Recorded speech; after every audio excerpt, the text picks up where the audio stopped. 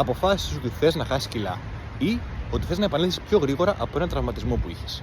Το πρώτο πράγμα που θα σου πούνε ο γιατρός, ο φυσικοθεραπευτής σου, οι φίλοι σου είναι: έλα, εσύ πήγαινε για ένα περίπατο. Και είναι πάρα πολύ σωστό. Παρατηρείς όμως και εσύ ο ίδιος ότι μετά από ένα αλφα χρονικό διάστημα δεν βλέπεις κάποια αλλαγή. Δηλαδή δεν χάνεις κιλά ή δεν επανέρχεσαι πιο γρήγορα στην κανονικότητα. Η λύση είναι πολύ απλή. Γιατί το σώμα σου να τα κάνει αυτά?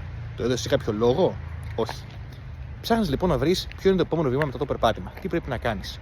Η λύση είναι πάρα πολύ απλή. Περπάτημα με βάρος.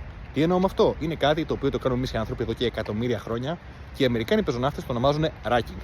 Τι κάνουν λοιπόν? Περπατάνε με τον εξοπλισμό τους. Εμείς όμως δεν χρειάζεται να έχουμε στρατιωτικό εξοπλισμό. Απλά όπως είσαι, πάρε μια τσάντα, βάλεις κάποιο έξτρα βάρος, το οποίο μπορεί να είναι βιβλία ή ό,τι άλλο εσύ θες, και ξεκινά το περπάτημά σου. Με αυτόν λοιπόν τον τρόπο θα δώσεις ένα λόγο στο σώμα σου, έτσι ώστε και να χάσει κιλά και να χτίσει μυς. Κάντο και περιμένω τη γνώμη σου κάτω στα σχόλια. Και όπως πάντα, να έχεις μια όμορφη μέρα.